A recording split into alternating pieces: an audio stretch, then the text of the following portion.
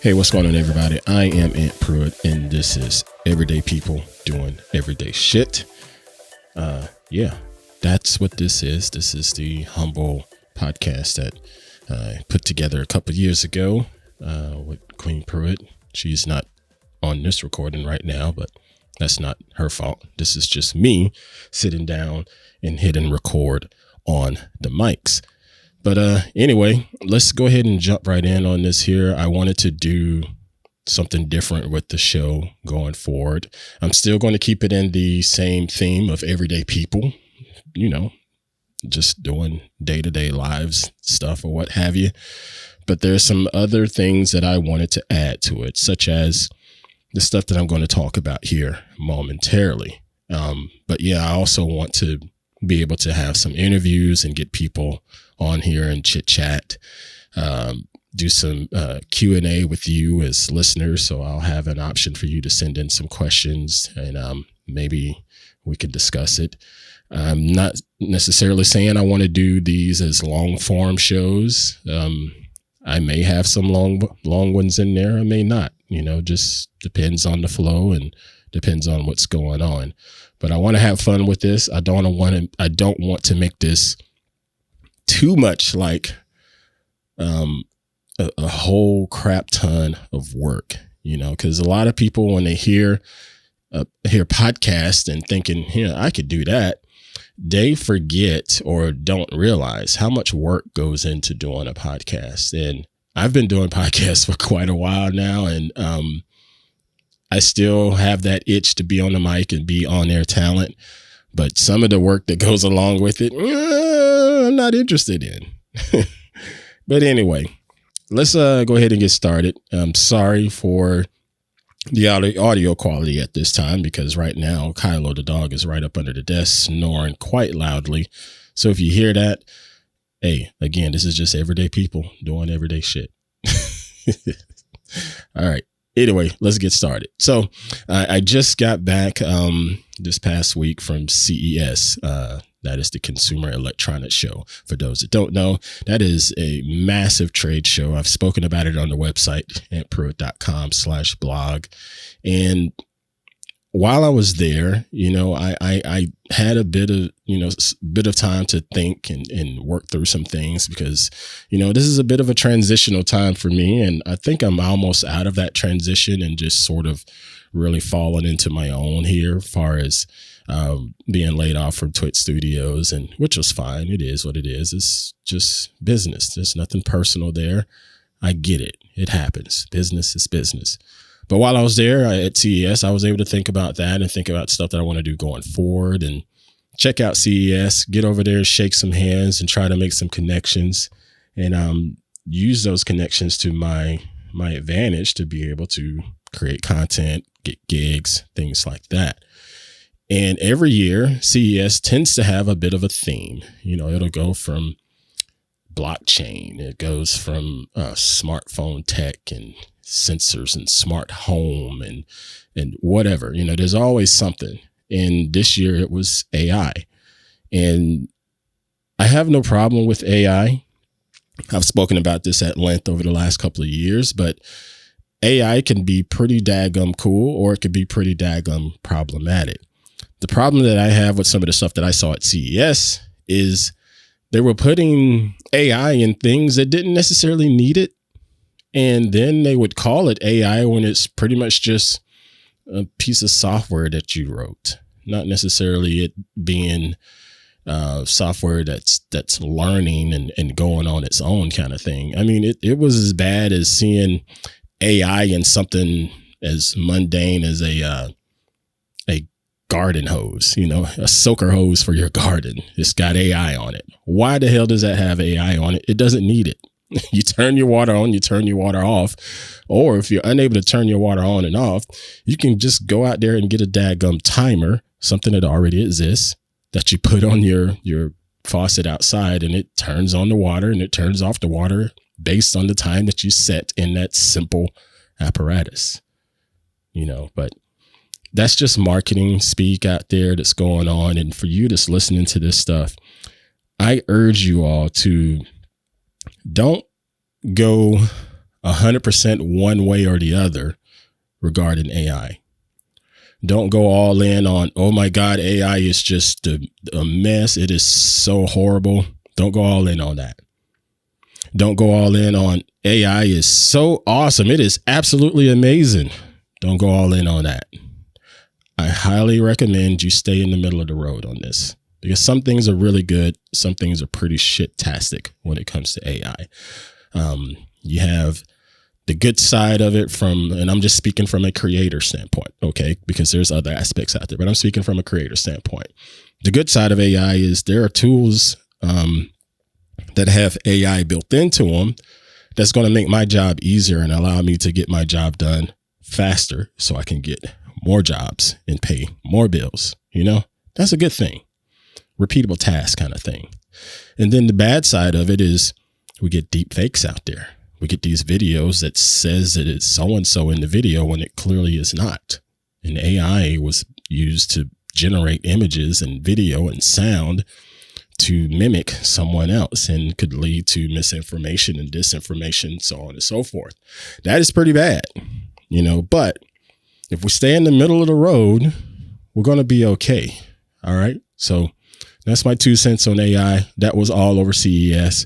Another thing that was all over CES is AR and VR and so forth. That hasn't really died down like I thought it was going to. For those of you that don't know, AR and VR, they are not the same thing. VR requires a headset to go over your face and eyes and so forth, so you can take yourself away from the actual world that you're in at that moment and immerse yourself into a virtual world, be it a virtual living room or something like that. And all of those have their own reason and time and place to be applicable, if you will. Some of them are pretty good things. Google used to have this thing called Daydream, and it was a VR platform. I absolutely loved it. Of course, Google killed it because Google is not focused and can't keep focused on anything. So they just come up with products and then kill them off after not focusing on them. But yeah, Google Daydream was great. I really enjoyed watching Netflix on it, and just because it put me into a big, huge living room, and it gave me this 100-inch television screen with great sound because I had on great headphones. And it literally took me away from everything in the room that I was sitting in the real world, and put me into that virtual room to really let me enjoy what I was watching. AR is a little bit different. AR, you think about you still being in your regular real world at the time, but there are some augmented items placed into your world, such as like a animation of like, I don't know, say Bugs Bunny or something, just sort of walking around in the room with you, or some type of character or object that's sitting on your desk with you or what have you. And it's not there. If you go to touch it, you can't touch it, but you can see it there. It's almost like a hologram, but it's an augmented reality that's going to work with your particular environment. But you have to have some type of lenses on, glasses, headset, what have you, to be able to see that while you're in your real world. And AR is pretty cool. I've seen it implemented nicely with shopping and so forth, where you can pull up something on Amazon. If you look at your Amazon app on your mobile phone and you're looking at an item, they have an option in there that says, hey, picture this item in your home. You click on it, and it basically accesses the camera on your phone, pulls up, lets you see your room that you're looking at with your camera, and then it allows you to place that item into that room. So if there's a bookshelf or a couch or chair or what have you, you can place it into your room virtually, and it'll augment the reality, if you will, where you can see how it would actually fit there, whether it's too big, too small, right color, so on and so forth. That's really good use of AR. But again, this is going to require some extra tech to carry around for this stuff to work for you. But that was another big thing. Lastly, before I get out of here, I do want to touch on televisions because CES, they talk about everything there, not just television, not just headphones and computers. I mean, it's everything. It could be freaking dog bowls. It could be agriculture equipment. It could swimming pools. They talk about everything at this massive trade show. But televisions there has always been really fun to see. I can remember seeing HD TV for the very first time umpteen years ago. I can remember seeing 4K for the very first time at CES, and it blew my mind. I thought HD was great, but then seeing 4K, oh man, it blew my mind. And then a couple of years ago, I saw 8K, and it's absolutely beautiful. But unfortunately, we don't have a lot of 8K content out there. So you're sort of losing out. You're paying for this beautiful screen, but the stuff that you're just feeding into it, it really isn't going to look as good. It's not going to be 8K. It'll come out as 4K. It'll still look fine, but you paid for an 8K screen, But anyway, there's a lot of 8K TVs there. Samsung made the biggest news with their 115-inch 8K televisions and projectors and things like that, based on QLED and I believe it's called mini LED. And I didn't see that television, and I heard it was great. My man, Mr. Jason Heiner at ZDNet, wrote up about it. I'll stick a link in the show notes about that. He loved it. But I'm going to tell you what I did see, and it's TCL. I've spoken about TCL previously because TCL is a Chinese company, I believe, and they do a lot of different tech, whether it's TVs, they do phones, and probably do laptops. They do a little bit of everything. But they always, when it came to like phones, the phones were great, but people would always gripe about security and China, and they're not getting the security updates and all of that bullshit.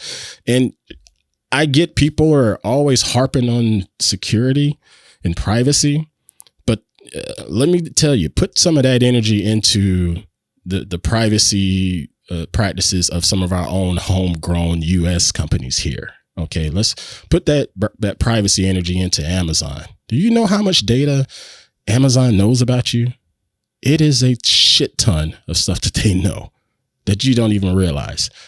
Google, Apple, all of them. So have that same vigor when it comes to your privacy concerns with some of these homegrown companies here, not just China, because everybody was bitching about TikTok and being a backdoor for China. And look at Facebook, look at Instagram, look at YouTube. Okay. All right. Anyway, sorry. Rant over. TCL. I've always enjoyed what they've done from a television standpoint because they come in at a ridiculously low price point and give you a super high quality. Their TVs, man, using that mini, is it mini QLED? Crap. Let me look on my screen here. I should have been more prepared. Yeah, mini LED backlight array. Yes, and this stuff is just freaking beautiful. So I'll put a link in the show notes of a video. Okay. There's a video of me showing one of their televisions. So think about this. I'm videoing an 8K television screen with my tiny smartphone in 4K. But when you see the image that is producing in that video, it is ridiculously clear. And that's basically going through all of the processing that my phone is doing. That's just making it smaller and crunchy. And, smartphone cameras are great, but, depending on what you're shooting, they're not going to be the best. They're not going to give you the best representation. Best representation of an 8K screen is to see it with your own eyes, period, not through a camera. But when you see this video, it is unbelievable how clear and vibrant and sharp that picture is. They have a bunch of different TVs going all the way up to like 115 inches or something like that. I'm not saying you need a huge 100-inch screen, but even their smaller screens, they were absolutely beautiful. And they'll be coming out later on this year. And I'm sure they'll have some type of decent price point, probably be like $1,500 or something like that for those large screens, versus the competition usually being over $2,000 or so. So check that out. That's TCL and Hisense. They offer a lot of inexpensive stuff, but in particular TCL, what they're doing, it is just freaking beautiful. And if I could get my hands on one, I would probably do that. But I don't need a new TV right now. It's my 4K TV still looks pretty daggum good. All right. I'm going to get out of here. But anyway, folks, thanks for being here. Thanks for all the continued support over these last couple of weeks. I'm going to try to do this at least once a week, be it me, be it the both of us on here. Just something in and out, quick kind of thing, just everyday people, because that's what I am. I'm just a regular dude out here trying to create content and get paid for it, you know? And speaking of that, this job hunt thing, man, it is freaking interesting. You know, there's a large part of me that wants to just be independent and just go out here and do my own thing. And I probably can, but that's going to come at a cost. And that cost is people are going to nickel and dime the shit out of me, but I'm not allowing it. I'm just not allowing it.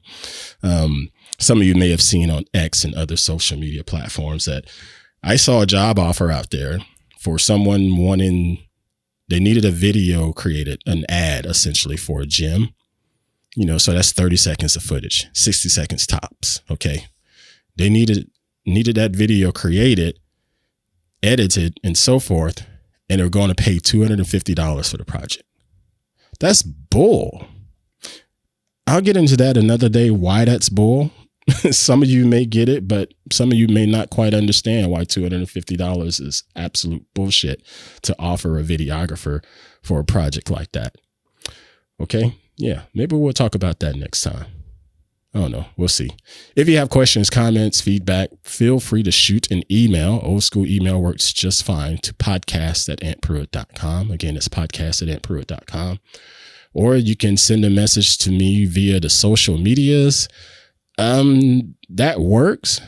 I try to answer those things, but y'all, I get a lot of notifications. I get a lot of weird spam and stuff like that. So some things could get lost, but on the platforms, be it X, Threads, Blue Sky, Mastodon, Instagram, I'm Ant_Pruitt. I tried to keep it simple. Ant_Pruitt. You'll find me there and just shoot your message there. All right. I'm going to get out of here. Got some stuff to do. Hope y'all are doing well. Appreciate you again. Create, dominate, have a good day, do something good for yourself, do something nice for someone else. And we'll see you next time. Take care.